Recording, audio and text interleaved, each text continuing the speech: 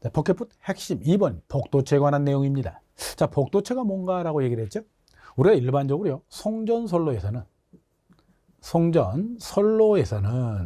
그죠? 여러분이 생각하기에는 도체 하나로 한 상을 구성할 거다라고 생각을 하겠죠. 지금은 L1이라는 말을 쓰고, 그죠? L2, 그죠? L3 이렇게 표현하잖아요. 이게 각 상을 얘기하는 겁니다. 여러분들 예전에 이걸 RST 이렇게 표현했던 건데, 지금은 이 한 상을 그저 이렇게 짝에서 두 가닥으로 이렇게 쓰겠다라는 내용이에요. 이걸 우리는 복도체다라고 얘기를 합니다. 자, 그랬을 때 이렇게 표현했네요. 송전선로에서 도체를 여러 개의 작은 도체, 소도체다라는 말이 작은 도체로 분할, 나누었다. 이걸 뭐라고 그런다? 복도체다라고 얘기를 합니다. 이 복도체다라는 말을요, 우리는 이도체 이상을 의미합니다. 이도체 이상을 복도체다라고 얘기하고요. 우리는 그걸 다도체다라고도 표현하고 있죠. 다도체. 자, 같은 얘기들이 되는 겁니다. 자, 그래서 여기 보면 이제 등가 반지름 이런 표현이 되어 있네요. 자, 등가 반지름은 이런 의미를 갖고 있죠. 자, 여기에 작은 도체가 하나 있습니다. 이걸 우리는 소도체라고 불렀네요. 소도체요. 그럼 소도체가 갖고 있는 반지름이 있겠죠. 이걸 R 이렇게 표현하겠다는 거고요. 여기도 소도체가 하나 있습니다. 얘 반지름을 R 이렇게 표현하는 거고요. 이 소도체와 소도체를 연결을 하면 이거를 그저 소도체 간의 거리가 되겠죠. 이걸 D다라고 쓰겠다는 겁니다.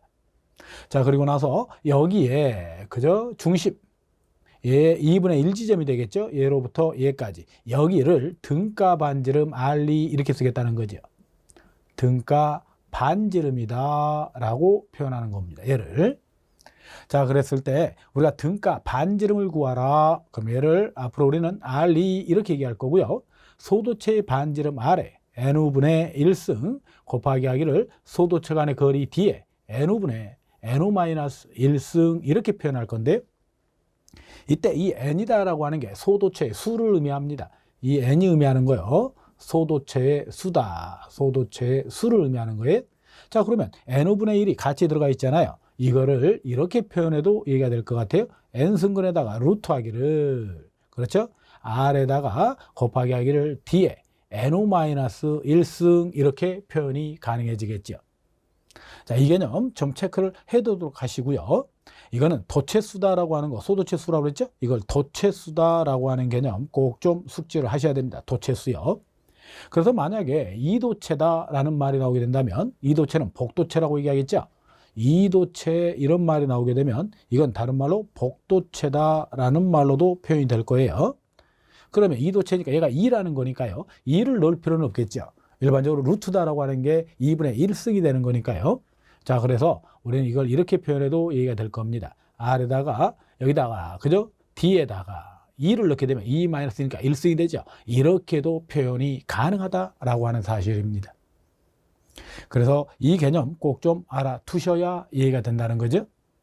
다도체가 됐든 복도체가 됐든 그죠? 이 식을 가지고 해결을 할 거다라고 하는 사실을 아셔야 됩니다. 다음으로 한번 가보도록 할게요.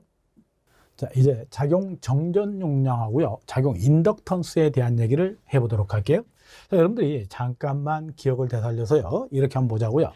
우리가 송전선로가 있다라고 보자는 겁니다. 자, 송전선로가 있다. 여기를 그라운드 라인에서 대지로 보자고요. 그럼 여기서 그죠? 보내주는 쪽이니까 ES라고 쓰고요. 송전단 전압 이렇게 얘기를 합니다.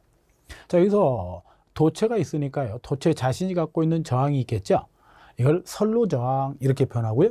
자, 저항이 있다라고 하는 건 여기에 전류가 흐른다라는 얘기니까 보내주는 전류니까 송전단 전류 이렇게 얘기할 수 있겠네요. 도체의 전류가 흐르기 시작을 한다면 여기는 뭐가 만들어집니까? 인덕턴스 L이 나타나게 되죠. 얘를 인덕턴스다라고 얘기를 합니다. 인덕턴스요. 자, 그 다음에 얘가 도체가 되고요. 이 도체의 시설 높이만큼 땅속으로 파고들게 되면 거기에는 16에서 약 18% 정도의 수분이 존재를 하죠. 그럼 도체와 도체 사이에 부도체가 존재하는 결과니까 이게 곧 콘덴서의 구조가 되면서 그 사이에는 뭐가 존재를 합니까? 정전 용량이 존재를 하게 됩니다. 우리는 이걸 정전 용량이다 라고 얘기를 하죠. 정전 용량이요. 자, 그러면서 여기 또 하나 뭐가 있어야 됩니까? 지지물이 있어야 되겠죠. 자, 이 송전솔로니까요. 지지물이 있게 된다면 철탑이다라고 가정을 하시고요. 철탑은 이렇게 애자가 연결돼서 전선을 붙들어주고 있겠죠. 자, 그러면 여기에 그죠? 전류가 이렇게 해서 이 애자련을 통해서 밖으로 도망가려고 하는 친구들이 생기겠죠. 그런데 이건 애자의 절연장이 워낙 크기 때문에 도망가고자 하는 전류량이 극히 적습니다. 그래서 우리는 이걸 그죠? 도망가는 정도를 나타내는 걸 뭐라고 얘기합니까? 누설 컨덕턴스다라고 얘기하죠. 컨덕턴스. 이걸 G라고 쓰고 있고요. 얘의 역수를 저항으로 보고 있는 거죠. 저항의 역수를 누설 컨덕턴스다라고 얘기합니다. 그렇죠? 그럼 저항이다라고 하는 건 전류의 흐름을 방해하지만 누설 컨덕턴스다라고 하는 건 전류가 얼마나 잘 흐르는가를 나타내는 정도다. 우리는 이와 같이 네 가지 정수, 즉 다시 말하면 R, L, C, G를 얘기할 때요. 뭐라고 얘기합니까? 선로정수라고 얘기했던 거예요. 이걸 선로정수다라고 얘기했던 겁니다. 자, 그때 우리가 한 상에 작용하는 작용 인덕턴스 L이다라고 하는 얘는 작용 인덕턴스 L은 0.05 플러스하기를 0.4605 로그하기를 10의 R분의 D 이렇게 표현했죠. 단위는 미리 헨리 퍼 킬로미터를 쓰게 됩니다. 그런데요, 우리는 이 값이 이미 측정된 값이라고 그랬죠. 그래서 1.3 정도 된다 미리 헨리 퍼 킬로미터를 의미하죠. 그래서 이는 평형 상태에서만 가능하다라고 얘기를 했고요. 여기에 C다라고 하는 정전 용량은 한 상에 작용하는 작용 정전 용량. 얘는 한 상에 작용하는 작용 인덕턴스 이렇게 부르고 있는 겁니다. 얘 같은 경우는 0.02413을 로그하기를 10의 R분의 D 이렇게 표현했고요. 이놈의 단위는 마이크로페러 퍼 킬로미터를 쓰게 됩니다. 이 값은 0.009 마이크로페러 퍼 킬로미터 정도로 실측된 값을 사용해야 된다고 했겠죠. 이게 그저 한 상에 작용하는 작용 정전 용량하고요, 작용 인덕턴스에 대한 얘기가 됩니다. 자, 그런데요, 이제 여기서는 복도체에 대한 얘기를 하고 있는 거죠. 자, 그걸 보도록 할게요. 자, 우리 복도체에 대한 얘기를 보도록 합니다. 여기서 우리가 기본적으로 좀 알아야 되는 게 바로 얘입니다. 이 값 0.05다라고 하는 이 값은 어디서 온 거냐? 내부 인덕턴스죠. 내부 도체 자신이 갖고 있는 인덕턴스를 의미합니다. 여기에 0.4605 로그 10의 R분의 D는 외부 인덕턴스죠. 다른 상에 의해서 영향력을 받은 겁니다. 그래서 그걸 외부 인덕턴스다라고 얘기를 하고 있는 거죠. 자, 그렇다면 우리가 이걸 복도체를 잠깐 그려서 다시 한번 보도록 하죠. 자, 복도체다라고 하는 건 좀 전에 도체가 하나인데 이걸 2본으로 분할한 거다라는 말을 썼죠. 그래서 도체를 둘로 이렇게 짜긴 겁니다. 이렇게. 그러면 여기에 도체가 하나가 있고 여기에 도체가 있었죠. 이걸 이도체 또는 복도체 이렇게 표현했죠. 자, 그때 이 도체의 중심에서 그죠? 반지름 R, 이거 소도체의 반지름 이렇게 불렀고요. 얘도 마찬가지죠. 소도체의 반지름 R, 이 도체 중심부와 중심부를 연결하면 소도체 간의 거리 D 이렇게 표현했죠. 이때 이 도체 간 중심, 그죠? 이 소도체 간의 거리의 중심, 얘죠, 얘. 여기를 우리는 R이라고 쓰면서 등가 반지름 이렇게 표현했어요. 등가 반지름이다 라고. 그래서 복도체가 나오게 되면 우리는 등가 반지름이 들어가야 된다는 사실, 평균 반지름이다 라고 생각하시면 됩니다. 그럼 복도체를 한번 보자고요. 우리가 방금 전에 단도체를 얘기할 때는 이렇게 정했죠. 0.05 플러스하기를 0.4605에 로그하기를 10에 R분의 D다 라고 얘기를 했는데, 이때 이 R이다 라고 하는 게 소도체, 즉 도체의 반지름 얘기하는 거예요. 도체의 반지름을 얘기합니다. 얘 같은 경우는 선간거리를 의미하죠. 선간거리를 의미한다는 사실을 알아야 돼요. 이게 단상에서 하는 얘기고요. 만약에 그죠? 단상이 아니고 삼상이다 라는 말이 들어가게 되면 여기에 D는 등가 선간거리가 들어간다는 겁니다. 등가 선간거리, 등가 선간거리가 들어가게 되죠. 등가 선간거리를 넣어야 된다는 사실을 아셔야 되고요. 여기서 복도체가 되어버리면 여기에 들어가는 반지름은 등가 반지름이 들어가야 됩니다. 등가 반지름을 사용해야 된다는 사실을 기억하셔야 돼요. 복도체일 때 하는 얘기입니다. 복도체일 때. 또는 다도체일 때도 마찬가지죠. 다도체일 때도 등가 반지름, 평균 반지름에 대한 얘기다.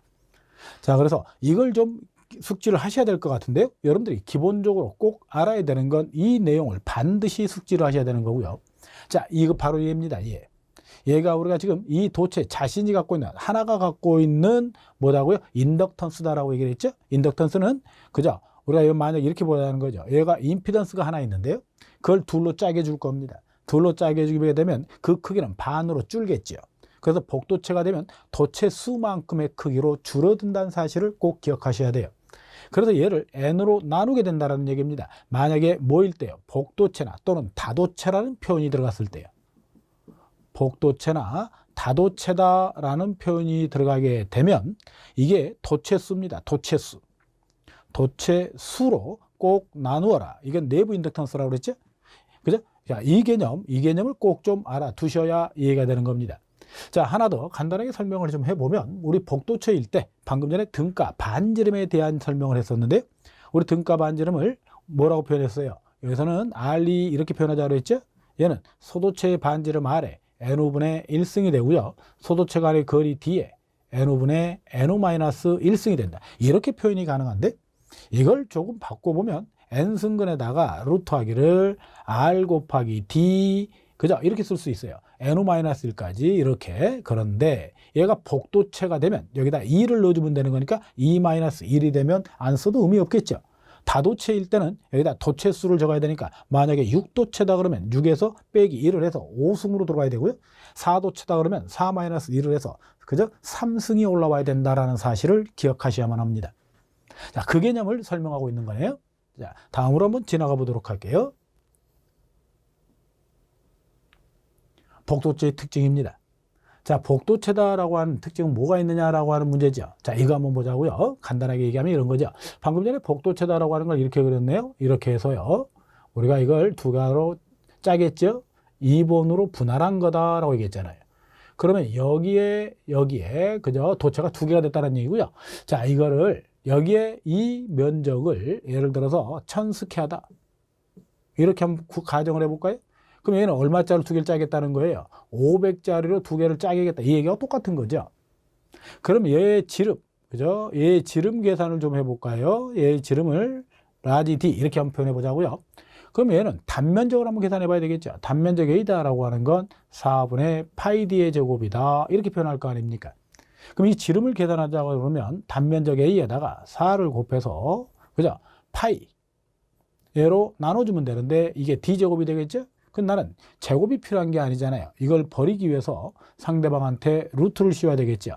이렇게 계산했을 때, 그죠? 약 35 정도가 나오나요? 약 2점 얼마가 나올 거예요. 자, 그럼 여기다 얼마를 넣습니까? 여기다 뭐 1000을 놓고 간 거죠. 1000을 놓고요. 근데 이걸 갖다가 500을 놓고 계산을 해준다면 똑같이요. 여기다 이렇게 되겠죠. 파이에다가 여기는 500 곱하기 4.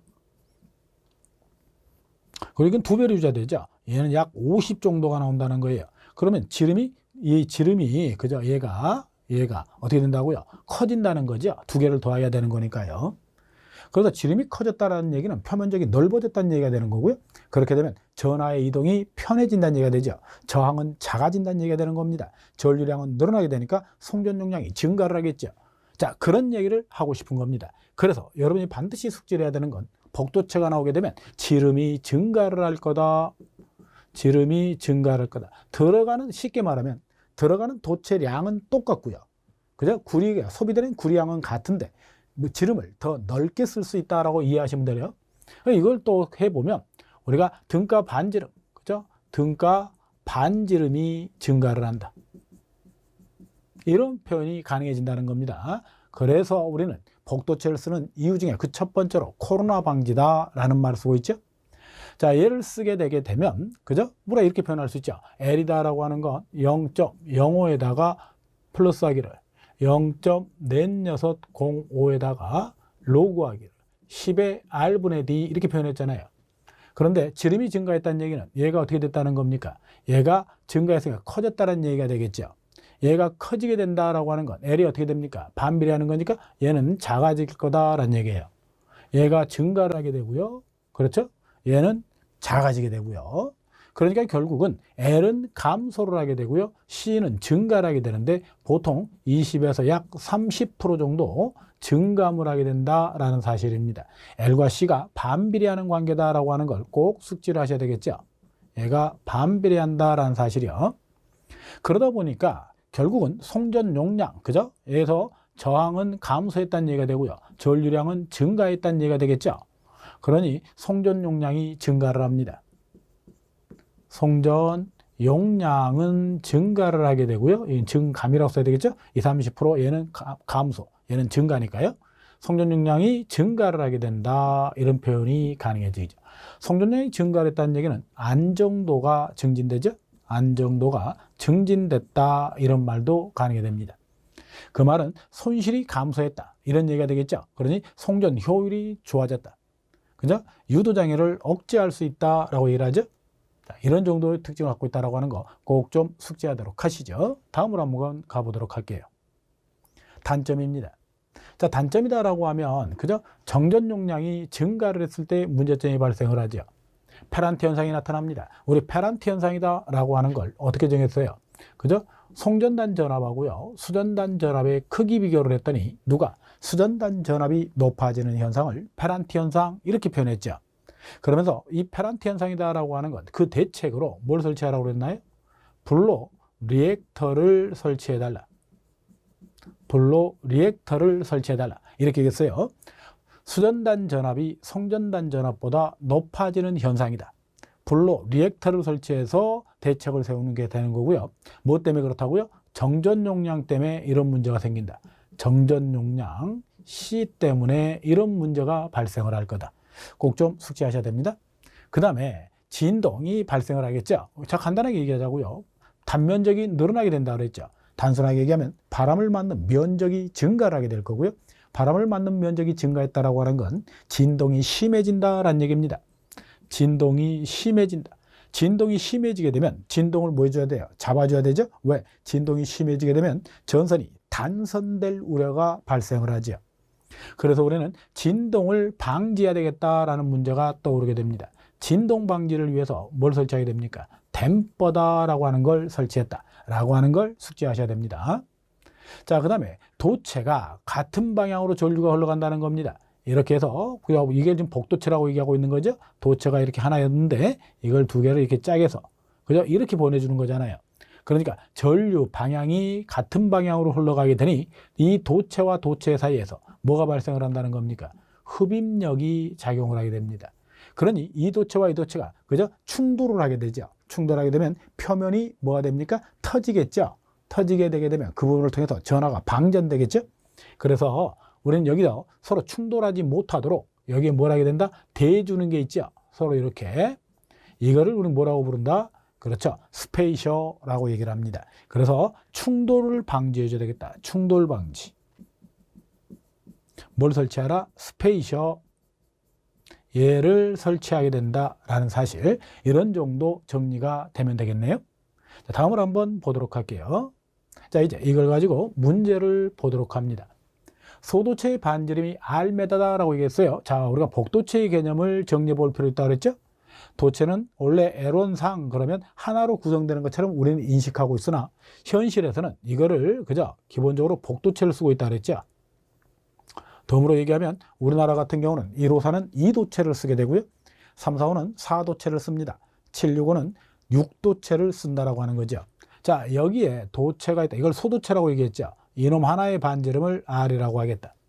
소도체 간의 거리, 성간거리라고 표현하네요. 바로 얘를 얘기합니다. 여기에 중심부로부터 얘까지, 그죠? 여기를 소도체 간의 거리 D다라고 얘기하고 있는 거죠. 두 개의 소도체가 있는데 3, 4호 송전선로가 있다. 복도체에서 등가 반지름, 복도체면 2도체라는 의미죠. 등가 반지름은 어떻게 되겠습니까? 등가 반지름은 기하학적 평균 반지름에 대한 얘기입니다. 그럼 R이다라고 많이 표현하라고 그랬죠? R에 NO분의 1승, D에 NO분의 NO-1승을 쓰죠. 이걸 정리해서 N승근의 루트하기를 R에다가 D에 NO-1승, 여기에 스몰 n이 의미하는 게 도체수라고 그랬죠. 근데 얘는 복도체 그랬으니까 도체 두 개를 의미하는 거니까 여기다 2를 넣어줘야 될 것 같아요. 그래서 루트하기를 아래, D 이런 표현이 가능하다는 겁니다. 답은 1번항에서 체크가 가능하겠네요. 1번항 됩니다.